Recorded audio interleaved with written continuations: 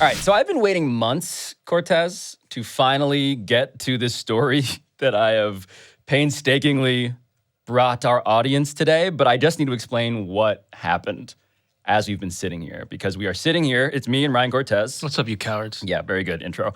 Me and Ryan Cortez, our producer, sitting inside this new studio that we built over the summer at the Meadowlark offices in New York City. And I just got this voicemail, okay? I got this voicemail from one of the many older people in my life who have absolutely no idea what my job is now. This is Tony Kornheiser leaving this message. Pablo's podcast is launching today, and I wanted to help because I love Pablo. I, of course, have forgotten what the title of Pablo's podcast is. I think it's Pablo Torre Just Found Out, or Pablo Torre Knows This, or maybe it's Pablo Torre Has Gout. I'd have made it Pablo Torre graduated from Harvard, so eat it. So, yeah, a little late. The thing is, To rename people the don't show? know Tony Kornheiser used to be a writer, and you could see it in that message where he says you might have had gout. Should we rename the show? It's honestly good merch. So there's so much going on, actually, that I feel like we should probably explain what it is that we're actually doing on this show, Pablo Torre Finds Out, because people, I think, Cortez, people rightfully, I must admit, might be confused. People want to know, when is the show coming out? Where the hell has it been? You have a Substack channel that you've put some content on, not a ton. High quality, some content. The show is coming out 3 times a week. That's what we can tell people. Yes. Tuesday, Thursday, Friday. Correct. You're going to want to subscribe to youtube.com/Pablo Torre Finds Out, because the people running the video department, I used to work with Patrick Kim at Desus and Mero. He is incredible. You're going to want to watch this. Subscribe to youtube.com. Patrick Kim, behind the glass, fist pumping, because he paid you to say that, but also it's accurate. So format-wise, once a week, Cortez, once a week we're going to do an originally conceived docu-style, fully reported podcast, like a narrative thing. Journalism. We're going to do journalism? We're going to do goddamn journalism. Okay. We're going to do seriously executed sports investigations that are inspired by the magazines that Tony Kornheiser and I used to write for, but investigations that, while they are seriously done, don't take themselves seriously. This is the whole, like, we want to around, but we also want to find out. And this is like the 500 spreadsheets you've created that have all these story ideas, some of which we've forgotten about over the months. I know. There's so many of them. There's so many, like, I mean, admittedly, a lot of them are just, like, semi-stoned ideas. They could become fully stoned ideas, which is sort of the idea. With that attitude, with that production attitude. Okay, so there's that spreadsheet full of, like, reported ideas. But also, once a week, I'm going to do the thing that I think people may have heard already in our feed. I'm going to host a talk show. It's basically a talk show called Share and Tell. 2 of my friends and I all find out which stories we're obsessed with in that given week. Dan and Mina have done those with me already. Dan, you're referring to Dan Fatface, right? Yeah, trapezoid. Dan Le Batard. Yeah. More on him in a second. Our third weekly episode is essentially like in fantasy football parlance. It's our flex spot. It's a flex spot. A flex episode. That's right. Okay. Wide receiver, running back, tight end, if you're in that weird league, it could be anything. Okay. And that is what today's very special premiere episode is, which we can finally get to. And I feel obligated. I mean, there was just no other way that I could have started this show, despite all the dangers associated with this specific episode. Because the very first time, Cortez, the first time I ever co-hosted the Dan Le Batard show with Stugatz in person, this was my introduction into the family that became Meadowlark Media. It was way back in 2015. Wow. And we had a call-in guest, okay? And this is a call-in guest that I've been thinking about literally ever since. All right, Trump, thank you as always for joining us. I want to get to some truths here with you, if I may. Pablo Torre in with us all show today. Is it true that Donald Trump has never in his life used an ATM? Well, I haven't used too many of them, but I do love the concept. And, you know, we're going to have to be a little bit careful. A lot of money is being taken out of different forms of computerization. I think someday we're going to have to go back to the old days, you know, the old way. But no, I'm not big on them, but I have used them, yes. So, yikes. Dan, what he informed me was that Donald Trump had been a recurring guest. But I had never heard or felt any of this, okay? I'd never heard any of these interviews, did not know that they ever happened. And I really wanted to find out what they were actually like. The problem was that everybody associated with the Dan Le Batard show with Stugatz had memory hold those tapes. I was going to say, I don't think they exist anywhere. Like, No. That's old footage, right? Well, by 2016, they had wiped them off Right. the internet. They were gone forever. And in fact, what I realized recently was that they were banished. They were banished to a physical hard drive in Miami, accessible only to select Meadowlark Media employees, Dan Le Batard. never No to one be else. heard from again, right? Until now. Oh, no.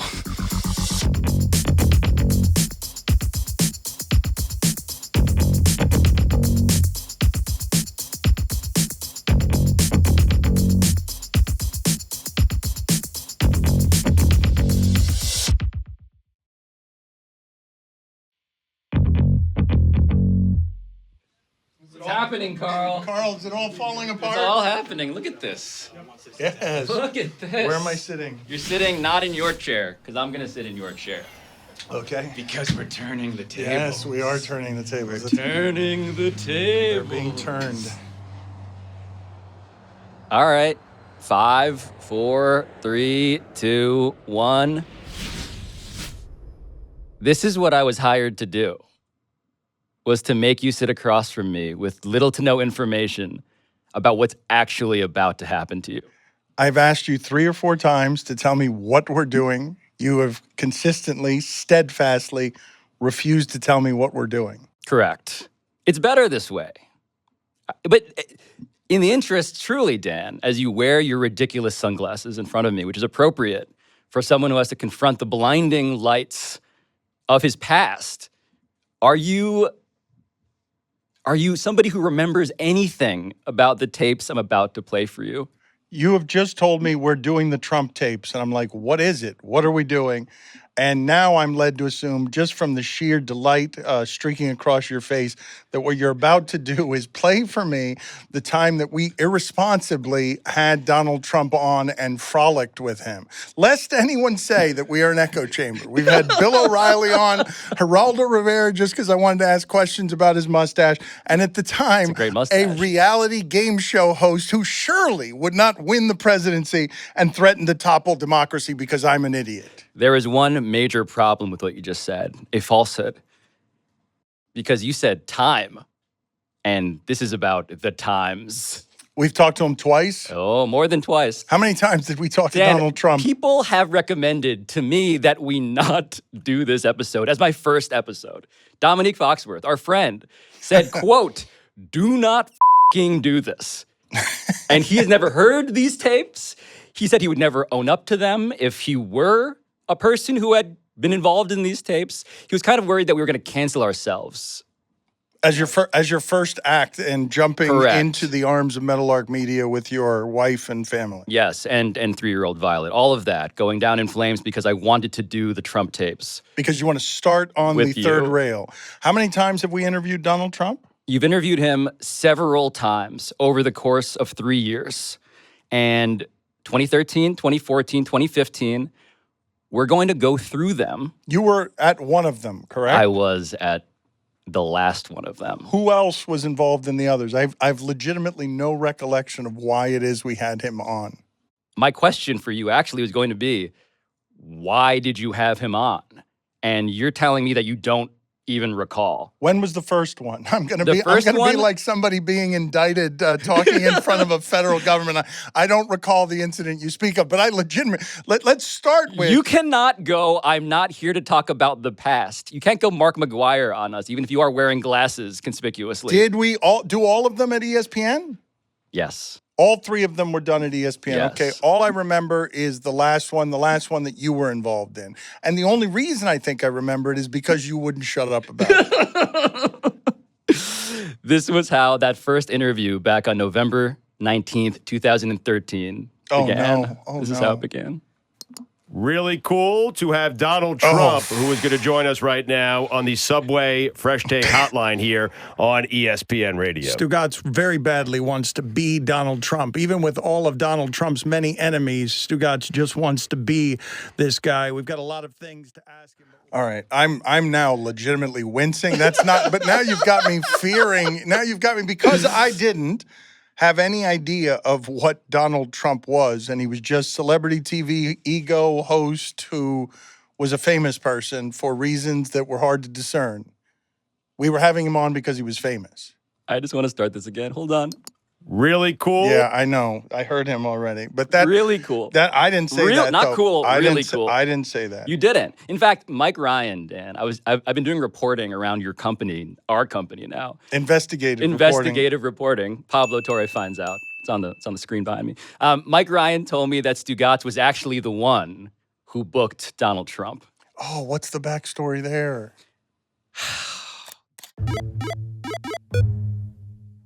So, quick interlude here, because I did try to book Stugatz to ask how he booked Donald John Trump repeatedly over 3 years as a guest.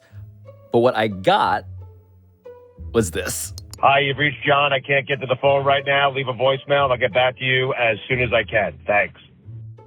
Which would have been fine, except for this. The mailbox is full and cannot accept any messages at this time. Goodbye.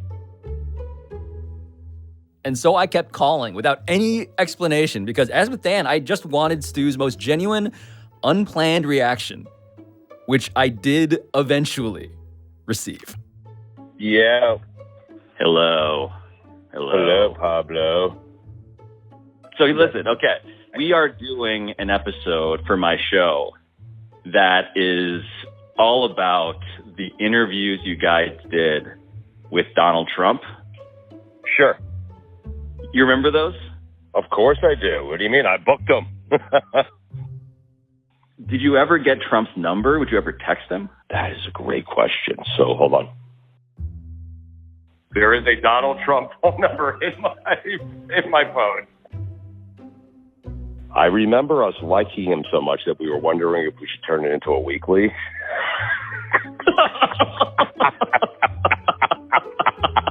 I do remember that conversation because he was such a great guest. Like he speaks in perfect sports radio, you know. So I just remember Dan and I, we were like, wow, that would be fun and different just to have that guy on every week, just shredding people. By the way, I should say that I have been recording this phone call with you. So yeah. Can we use any of this stuff on the show? I don't give a You could also somehow point out that I was blowing cigarette smoke out of my mouth. As I told you, I don't give a But as for why the eventual 45th president himself wanted to call into the Dan Le Batard show and possibly text Stugatz in the first place, that explanation was loud and clear, because I heard it on the actual tapes themselves. By the way, you guys have a great show. That's why I'm doing it. But I think you have a great show. I watch it a lot. You know what? I remember he did that move each of the times he was on with us, I feel like. And I believe that we thought afterward, he's lying, right? He's just pretending like he watches our show. I mean, I feel like when he says, by the way, you guys have a great show. That's why I'm doing it. But I think you have a great show. I watch it a lot. I watch it a lot in 2013 when you were doing a radio show that was maybe just becoming a video show. Oh, it probably wasn't even. I feel like there might be a real hypothesis we didn't have about video there. Yes, he was saying he fraud. watched a show. Really, that was our first indication that Donald Trump was a total fraud. But then again, there was, you guys sort of playing into it. Thanks for watching our show, Donald. Thank you, Donald. Well, thank you. And keep the show going. It's terrific. And you did. You kept the show going, and it is, in fact, terrific. We really should have. We should run that now as something, even though we're not doing it as radio. All the big names talk here. Donald Trump. Yes. Keep your show going. It's terrific. Wait, there's more. But you have a great show, too, and I really like it. Thank you, sir. Don. That's my favorite part, maybe, is this. How much worse does this get? Because I am legitimately fearing what it is that you're about to play next. Like, where you have to understand that I am looking at this through the prism of I did not know back then the evil anarchy that I was dealing with. I am talking to a game show host, and so you've got me legitimately cringing right now. I can't stop smiling. It's bad, right? Well, look, it's just this part again. Thank you, sir. Don. Thank you, sir. Yeah, like he's a military leader, like he's going to be our commander-in-chief. Thank you, Don. Well, I want to point out that in these 3 years of talking to him, he did, as you might expect, just have a lot of weird random brags. I happen not to be a spanker. If Ivanka did something wrong, I was never a spanker. But there are spankers. But, you know, there's a tremendous group of people. And I don't mean beaters, I mean spankers. There's a vast difference. What did we ask him? There's a vast difference. That came out of a conversation about Adrian Peterson. We just decided to ask Trump about... Well, the thing about what Trump would do... We asked Trump about the moralities of hitting a child. And he pointed out that... I happen not to be a spanker. This is an important clarification. I was never a spanker. But the point of these tapes, when you go through them and you really relive those experiences... Well, it's the cringy chumminess, is it not? Like, that's the undercurrent of schmarm, of us, like, all of us slapping each other on the back at the golf club. I mean, speaking of... The highest stakes that Donald Trump has ever played for on the golf course. Well, actually, the highest stakes are, I've made some of my best deals on the golf course, and I've gotten to know people. And I bought Trump Tower on Fifth Avenue. I built it, but I bought the site because of golf, because the people that I played golf with really liked me a lot, and I made the deal because of them. I mean, because of golf. And I've made many great deals, and these are billion-dollar deals, because of golf. Trump, do you know what you just did to me? I asked you. I turned it around. You did? Okay, at least you did it aware. At least I know. No. I turned your question around. I answered it like a politician rather than talking about the most I ever played for. I gave you an extra little spin. Maybe that spin was more interesting, but anyway. No, Trump, answer that question. The biggest. I flipped it around. I liked my answer better. I think it's fine. Trump, the audience doesn't like that answer. They want personal. Maybe they like it.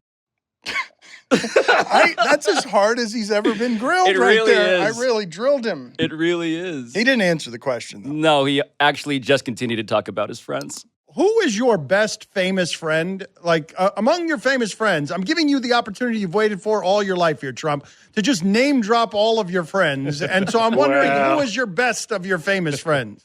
You know what people don't know about me? I have a lot of friends. Bob Kraft is a friend. Coach Belichick is a friend. Tom Brady is a friend. And by the way, Tom Brady is a great guy.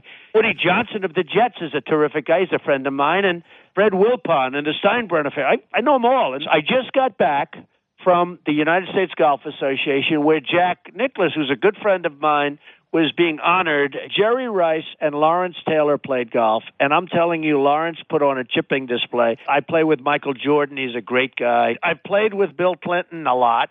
A terrific guy. A terrific guy, by the way. I will tell you that right now I am deeply embarrassed. But I am deeply embarrassed realms beyond why you think I'm embarrassed. I'm embarrassed by the sheer laziness of that question. Tell me about your celebrity. Tell me about who you hobnob with. Tell me about what it's like to be you. I'm just embarrassed by how little work went into that question. I'm disappointed that you didn't follow up on Bill Clinton being a terrific guy with anything about Jeffrey Epstein's island, personally, in retrospect. Yes, with the clarity of hindsight, yes. It is 2020. But the other part about these tapes is that there is this wildly, truly eerie foreshadowing running through it, because we talked about how you talked about Adrian Peterson, and that random conversation about Adrian Peterson, former Vikings star running back, it wound up here. Here's the thing about Adrian Peterson. Famously, he has a death grip of a handshake. Famously, you refuse to shake hands, correct? Well, I did shake his hand, and I really don't refuse to shake hands. But, of course, everyone knows that I'm right because you catch colds, you catch flus, you catch all sorts of things by shaking hands. But if you're living in this society, I happen to like the Japanese custom better, where you just sort of look at each other and you nod. Donald Trump had a better, more coherent, and less racist towards Asian people pandemic policy on your show in 2014 than he did as president of the United States in 2020. That is correct. How much more of this do I have to sit through? Well, we got to get to the yachts. What was the most reckless period of the Donald Trump life like? Give me the most reckless 6-month or year-long period. I went out and I bought Adnan Khashoggi's yacht for a lot of money. And I had this yacht, this tremendous yacht. It had 27 people on board working. It cost, at the time, $25 million. Now, that was today the equivalent of probably $100 and something million. And I had this magnificent yacht, but there was a problem. So I want to pause that here because you might think, Dan, that the problem with buying Adnan Khashoggi's yacht would be that Adnan Khashoggi turned out to be a renowned Saudi Arabian arms dealer who sold weapons to autocrats, who also, by the way, famously had a bodyguard, it turns out, that he literally nicknamed, quote, Mr. Kill. That was Adnan Khashoggi's bodyguard. But instead, the actual problem Donald Trump had with owning this blood yacht was this. But there was a problem. I didn't want to use it because I wanted to play golf. So I had a yacht sitting there waiting for me. I had this massive crew, and I'd play 18 holes, and I've won a lot of club championships. So I'd be playing like at a club championship, and I didn't want to go to the yacht after the round of golf. So it sat there. I was probably the only yacht owner that almost never used his yacht. So you were way ahead in terms of getting Donald Trump on the public record, compromised by Saudi Arabian arms dealers. Again, there's that. All I am hearing there, and I appreciate you saluting us for hard-hitting journalism there because we were ahead of the curve. All I'm hearing there is, again, the lazy stupidity in tell me how much money you have. Talk to me about how much money you have. I don't know if this is exactly the interview that people wanted at this time from Donald Trump because he was just famous for being famous. Sure. Oh, yeah, he was a celebrity. He was a reality show personality. And so, to your point about the questions you were asking him, the very next question off of this revelation about how he bought this yacht. Not a hard-hitting Saudi question? Well, it was this. Donald, give us the best party you've ever attended.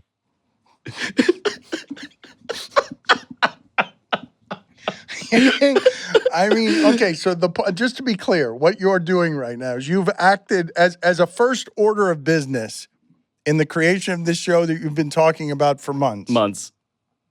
It's to embarrass the founder of this company by resurrecting a bunch of things that not only I had forgotten about, but blissfully and thankfully the audience had forgotten about until you remind them. Well, this is why I'm reminding them, and this is why it's not total embarrassment.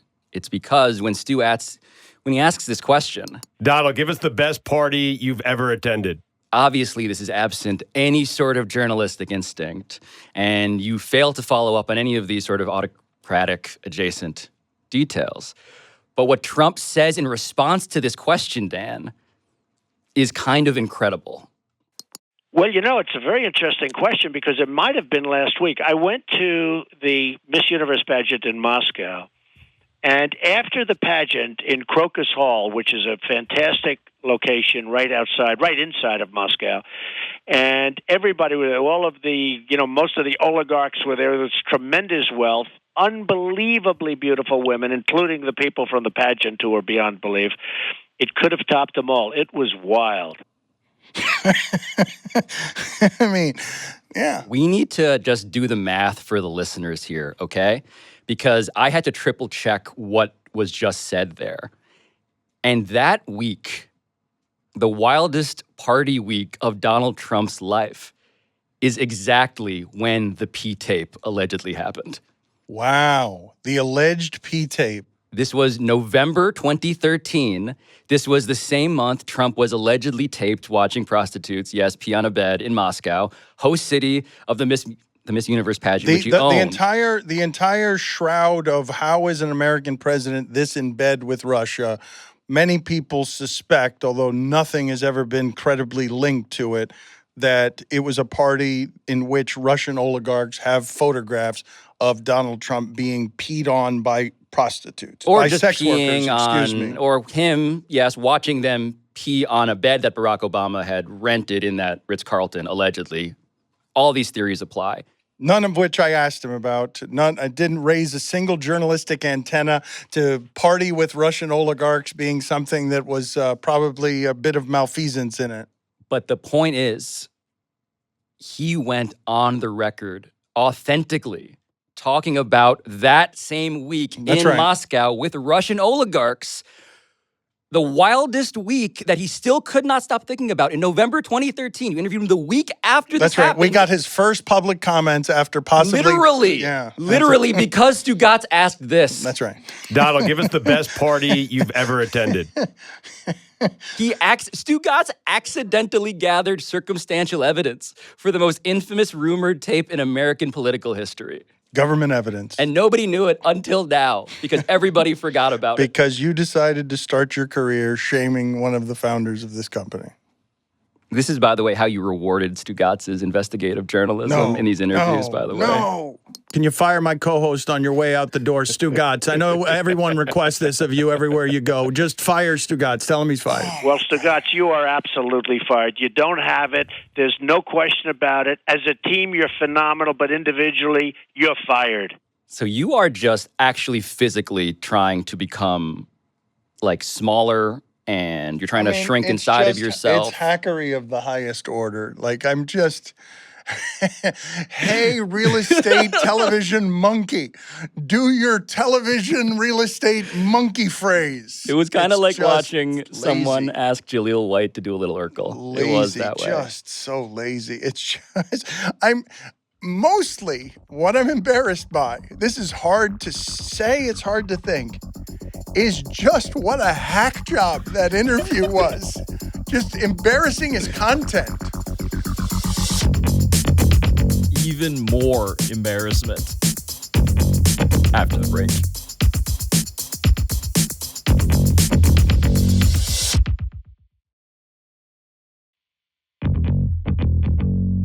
I do want to be fair to you because there was a real moment of legitimate journalistic integrity. This is true because by this point, again, Trump was a reality TV star. People didn't really take him seriously. He had awful takes that were sort of only vaguely addressed. But you asked him directly about this topic.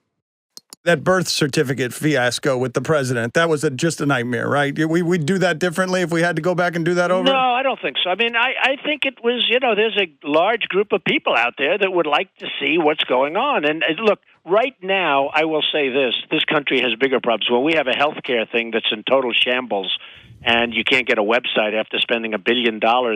I mean, we have some very big problems. But no, I don't consider that at all. There's so many people. I walk down the street, and people are screaming, keep it going, keep it going. They love it. Now, maybe they like it for entertainment, and maybe they like it because they believe it. But that is it was a very, very serious subject, and there are a lot of people out there that agree. So, again, no regrets whatsoever. I just think that I'm on to other things. So the whole demanding Barack Obama provide his birth certificate to prove that he's an American thing. No follow-up from me after that. Huh? The hardest, the most that I leaned into it was we'd do that one over again differently. That was my controversial stance on it. Yeah, the thing you did next was actually did the Stugatz, you're fired thing. That came after this. So yeah, followed it with the natural follow-up. But this part of his defense, I felt, was really actually interesting because remember, in all of that monologue, he kind of just gave away the game a little bit. Now, maybe they like it for entertainment, and maybe they like it because they believe it. And that sort of instinct, Dan, again, on the record with you, is why he was already instinctively good at politics before people actually took him seriously about politics, right? I mean, this was the whole thing. He was shameless about what his actual thinking was. He was kind of a sports radio caller who was staggeringly transparent about where his instincts had led him. I don't think there's anything in my life, never mind the history of American politics as I viewed it, that has left me feeling more foolish than underestimating what total shamelessness could do to American systems that I thought were stronger than that.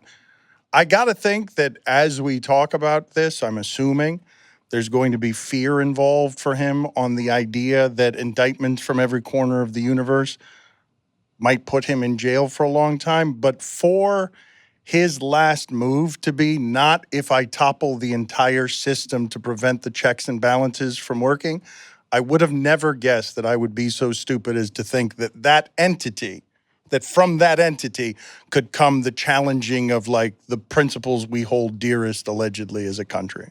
No, and it's especially ironic that you say that because you did ask him about this. Donald, do me a favor. Break news right here on this show on ESPN Radio. Don't wait till June. Are you running for office? Are you running for president? So I'm looking at it very seriously, fellas. And by the way, you guys have a great show. That's why I'm doing it. But I think you have a great show. I watch it a lot.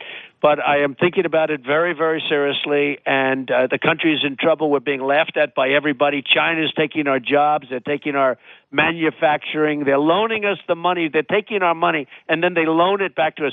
We owe China now $1.3 trillion. Can you believe it? Trillion. $1.3 trillion. Mexico is not our friend. Mexico is doing a number on us, not only at the border, but they're doing a number economically. They're taking our jobs like crazy. Ford just announced a $2.5 billion plant in Mexico. I am looking at it very seriously, and I'll be announcing in June, and I think a lot of people are going to be very, very surprised.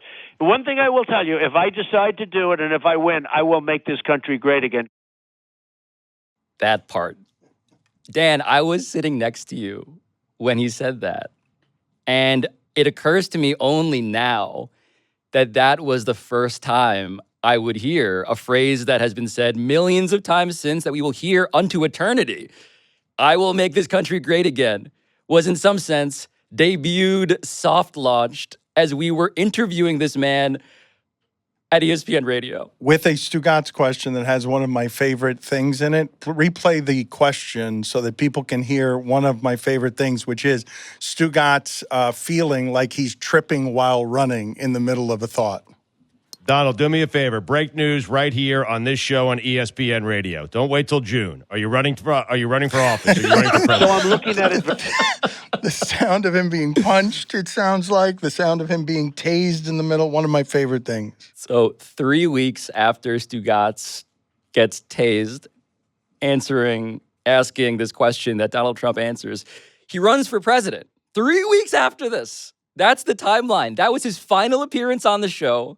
And I'm assuming, based on how you have physically, viscerally reacted, that was also the last time that you personally ever talked to Donald Trump. It is. And I also just have washing over me, like, when you say visceral, that's one thing that's washing over me. But I haven't felt a long time the way that I feel right now, where I'm listening to something back that we have done, and I'm genuinely afraid of what it is that happens next and how it is that it's going to embarrass me because in retrospect, it becomes very clear how foolish we were. But let's talk through this, because the reason I wanted to do this is because you obviously became one of the foremost critics of Trump in sports media, in media generally. You risked your employment. There's a racial division in this country that's being instigated by the president, and we here at ESPN haven't had the stomach for that fight. But what happened last night at this rally is deeply offensive. Send her back, about a Somali refugee who serves in Congress. This is deeply offensive to me as somebody whose parents made all the sacrifices to get to this country. Send her back. How are you any more American than her? You're more privileged, you're whiter, you're richer, but people don't know whether your money's real or not. You've had every privilege afforded to you by America, every privilege. And now what you do with that power is you go after brown people and black people and minorities. And around here, we won't talk about it. The idea that you did those interviews and then you did all of that criticism and you feel the way you do now, how are these things informing each other inside of your heart? Well, one of the things that I'm looking back at as you talk about some of this stuff is just being truly shocked that I had no idea from that perspective of my view of America that that conversation would be seen as something dangerous instead of playful, because I'm arming somebody casually with the ability to say, no, I don't regret that I was claiming that Obama had a fake birth certificate. I think that you will find somewhere, if you go through the sound, my guess is you can find my voice on something saying that I was hoping that Donald Trump would run for president, not because I thought that he would win in any conceivable, fathomable idea, but because I wanted the circus of anarchy that would come with him debating legitimate politicians who wouldn't. I wanted the entertainment, the spectacle of it. But that's actually what you talked to him about as well when it came to him doing something closer to sports. I would love for you to be an owner, though, because you'd be so meddlesome. Oh, my God, you'd be... I would be totally meddlesome. And every time you said something bad about me, that I made a bad move, I'd call you. And I'd say, you guys, you would be a disaster. I would be a total disaster. I'd even be a disaster for you, although you guys would like it. Yeah, you'd be so much worse. For you, actually, you'd be so much worse than Jerry Jones. He would be. Facts. But the point that you wanted the chaos and the anarchy because there was entertainment in that, and the reason why you believed that that was a worthwhile goal despite the risks was because you had a belief in the fortitude, the resiliency of America's institutions. The irony here seems to be that you were actually, ironically, too patriotic. You thought that America would never do this because you believed in America so much, and instead, the bullshit that we do in sports, in reality television, entertainment, that would never actually get all the way into the Oval Office when, in fact, exactly that is what happened. The naivete in it is a bit stupefying. I guess it's sort of, it would be the articulation of privilege to assume that the America that I thought existed was what I experienced, as others were not experiencing that America, because I wasn't thinking about things like gerrymandering. I wasn't studying what it meant to put in federal judges in positions where they could distort law. Like in some ways, I was when it came to politics, a bit of an infant, soaked in embryonic fluid about what it is that could happen to America, because I didn't think America was that flimsy that it could be toppled by an oaf. I didn't think an oaf shouting fake news. Not only did I believe in America that way, I believed in media that way. Yes. The idea that journalism would matter more. You can't just shout down journalism by being a real estate liar and criminal who just shouts fake news, but you can. Right. No, the fact checkers actually don't have to matter if you don't let them, was what he sort of realized. And to your point, the question I asked myself, and I asked myself as a person who was with you in that interview that we're both cringing at. I was right next to you. I noticed you didn't play any sound from you in that interview. This is my show. The question... You did ask questions, right? You didn't sit anything out, right? You did participate. All right, fine. Donald, I'm curious, is there a story of somebody from sports asking you for advice? And do you recall a notable piece of advice you gave to somebody in the world of athletics? Well, I get it all the time. I mean, you talk about Deflategate. I talk about those folks. And, frankly, I think Tom Brady should sue the NFL for $250 million and settle for nothing and, get out of this thing. But, That's a good soundbite, though. That's the one thing Did they put it on the scroll? Did they put it on ESPN? Did they put the scroll, Tom Brady should sue the NFL for $250 million? That seems like a legitimate piece of news. We made real news. And now the question that I have to ask myself with you here is a question I ask myself a lot in these times, hashtag these times. Are we the bad people in the documentary?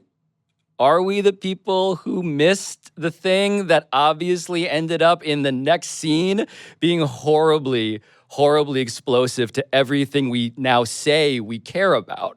I think that if you're showing this graphically, what it should look like as a montage is sort of Confederate statues toppling, Nazis in the street in Tallahassee, and sort of the jovial cackle of Stugatz in the background, just laughing, throwing his head back, and saying, "What was the best party you attended, Donald?" Donald, give us the best party you've ever attended. Yes, here are the complicit enablers, the fools who helped an army of hatred overtake democracy.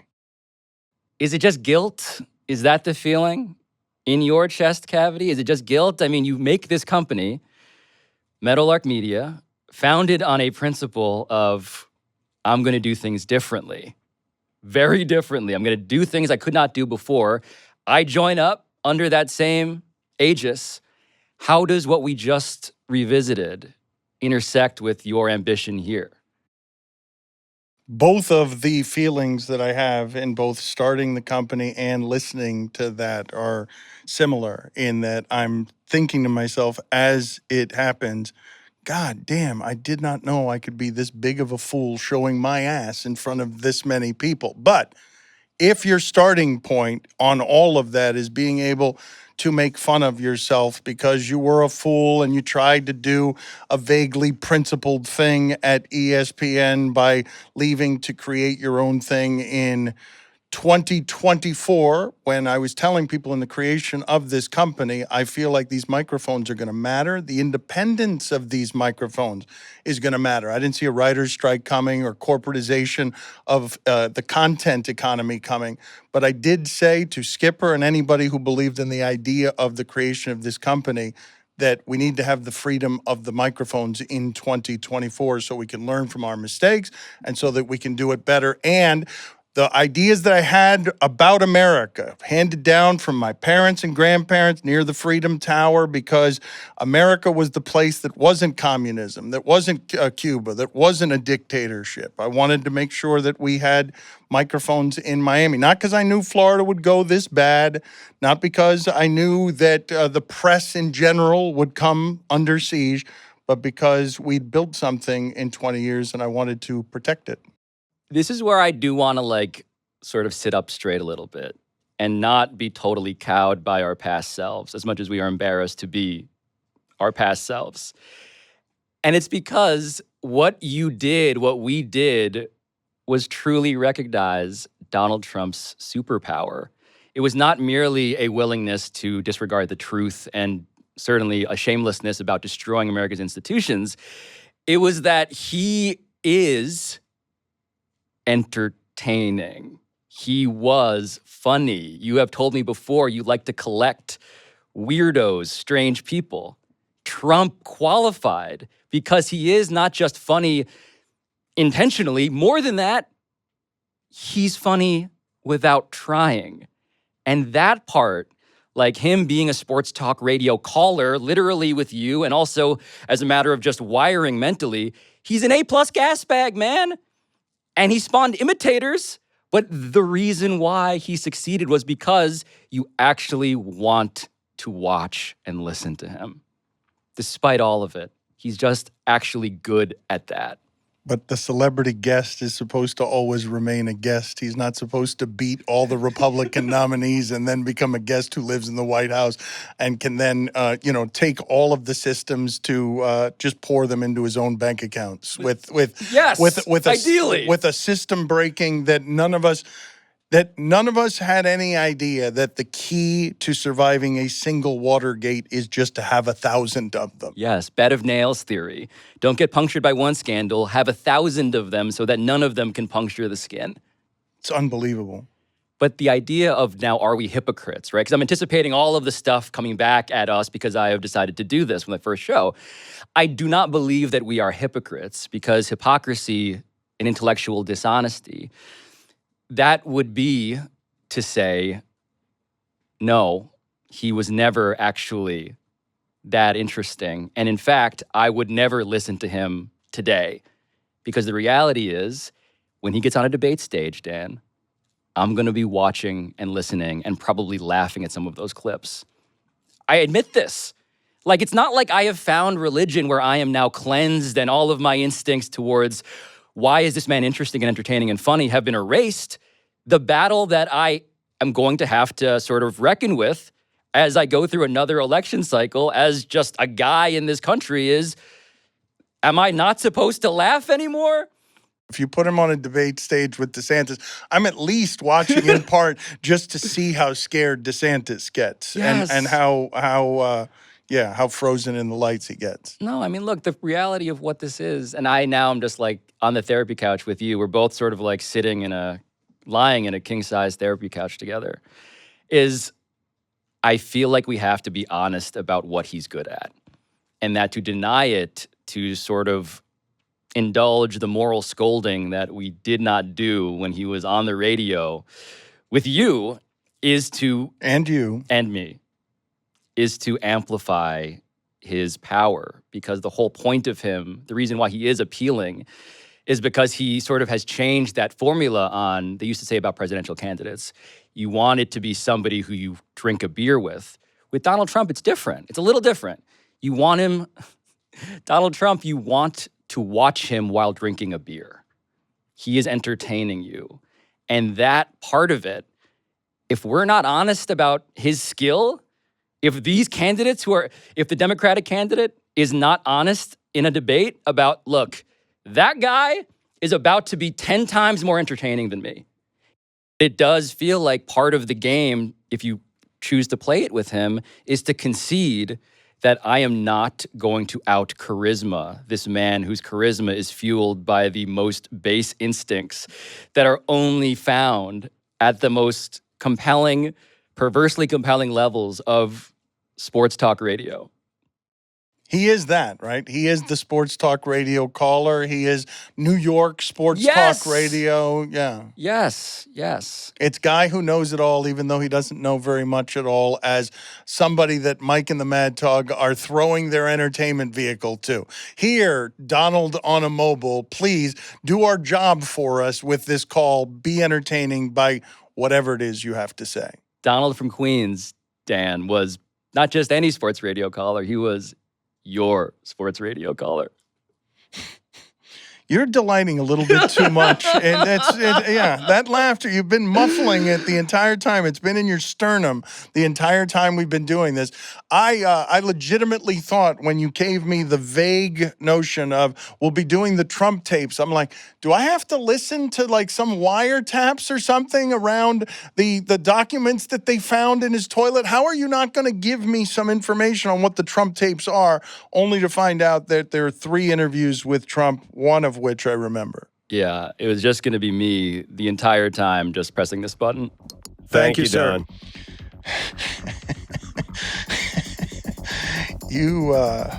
Thank you, Don. Yeah, you're an asshole. Thank you, sir.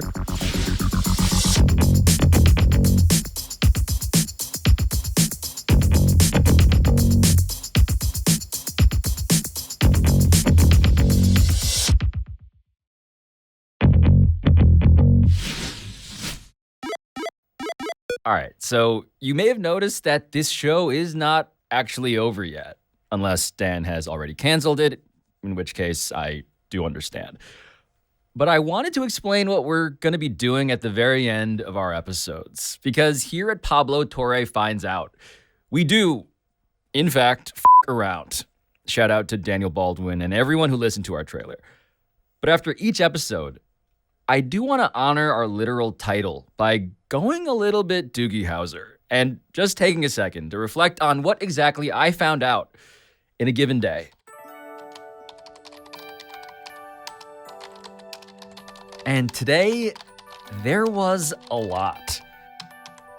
Something we didn't even get into, I realize, is that when we fed the audio files of these Trump interviews into our high-tech transcript generator, the AI literally could not tell the difference between Trump and Stugatz. That is not a joke. Their cadences, their voices are so similar that their quotes all got labeled as each other by artificial intelligence. But what I really found out is a lot simpler. Because I believe that America deserves to know the truth. The truth about how, yes, lots of media figures, from Seth Meyers to Jon Stewart, have all been blamed for inspiring Trump to seek higher office. But that narrative has been missing a crucial piece. Today, what I found out is that Dan Le Batard and his long-forgotten radio interviews with Donald Trump are clearly responsible for the ongoing collapse of American democracy.